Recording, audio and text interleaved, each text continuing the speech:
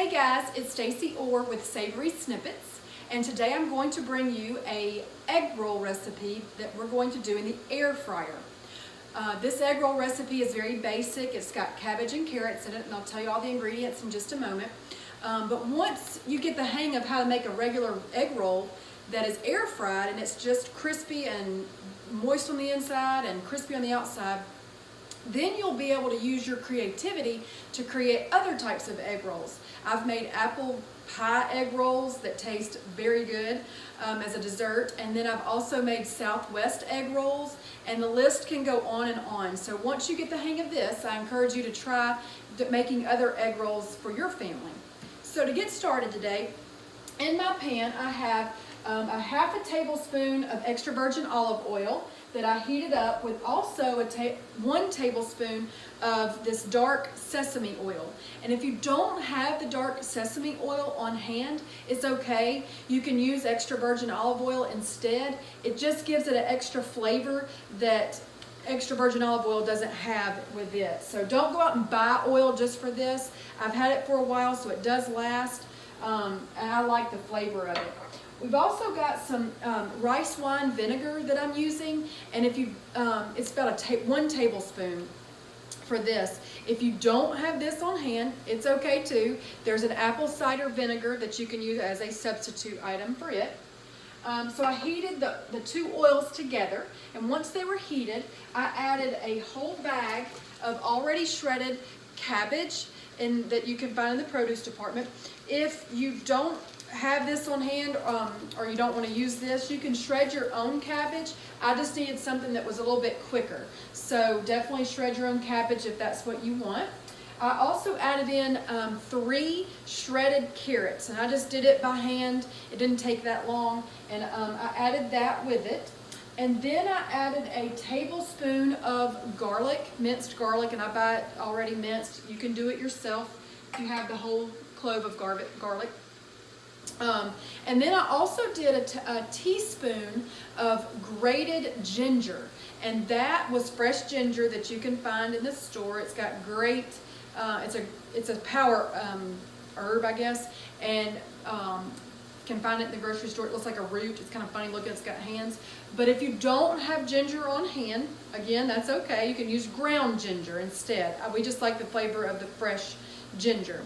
And then some salt to flavor it too. And I'm really controlling my salt here because when you go to restaurants or you buy them already frozen and then do it yourself at home cook, it's got a lot of sodium in it, and so I'm trying to keep low on the sodium. Okay, the mixture took about 15 minutes to get to it's not cold obviously, but it's just a room temperature or a little bit warm mixture. And now it's time to actually assemble the egg rolls. So I've got this package of wonton wrappers, egg roll wrappers, and they're from Nasoya. I don't know if I'm saying that right. I found these in the produce section near the mushrooms or peppers or something, and so you can find, and I did the big ones, the egg roll wrappers. And when you open the package, they look like this, just a thin sheet of dough, and I'm going to place it on my plate like a diamond so that it's pointing at me, and then I'm going to spoon about a tablespoon to a tablespoon and a half, depending how full you want these. Once I get them, and I'm not doing it quite in the center, I don't know if you can tell that, but I'm kind of doing it a little bit closer to me. And then I've got a small bowl of just water right here. And you just take your finger and clean hands, I've already washed mine, and you just go all the way around to where you're wetting the edges, and that just seals. It's going to help it to seal when we fold it up. Okay, I'm going to move all this stuff so you can see. So what I'm going to do is I'm going to fold it over, okay, and then I'm going to fold each end over that carefully, and then I'm going to continue to roll.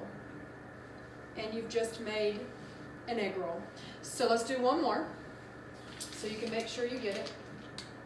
All right, I'm going to pull it out, make sure it's one sheet, place it like a diamond where it's pointing at me, I'm going to spoon up my mixture, and like I said, you can kind of play with how thick you want it. I'm going to make this one a little bit thicker. I'm going to, and basically you can get more with less or less with more, depending on how you like it. And basically I'm going to roll this over. Then I'm going to roll my ends together. And then I'm tucking it in, and I'm going to keep rolling. Okay? And I'm going to keep doing this until I get a full plate, and then we'll make them in the air fryer. Okay, I've got several made here, so I'm going to go ahead and place them in my sprayed air fryer basket. I don't really want these touching because I want the heat and air to go all the way across.